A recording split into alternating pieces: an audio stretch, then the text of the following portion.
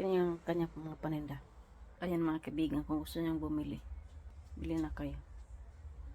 Dami niyang paninda oh. Dami niyang mga pinapaninda rin.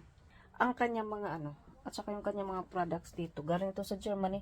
Dr. Maureen. Sa kanya itong mga produktong ito. Ayan.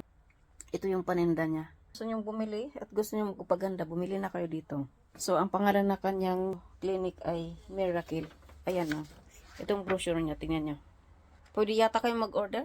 Pwede yata mag-order dito. Ang alam ko, nag-ano yan na siya eh. Nagpapadala din yan siya. Kahit sa Norway, ganon.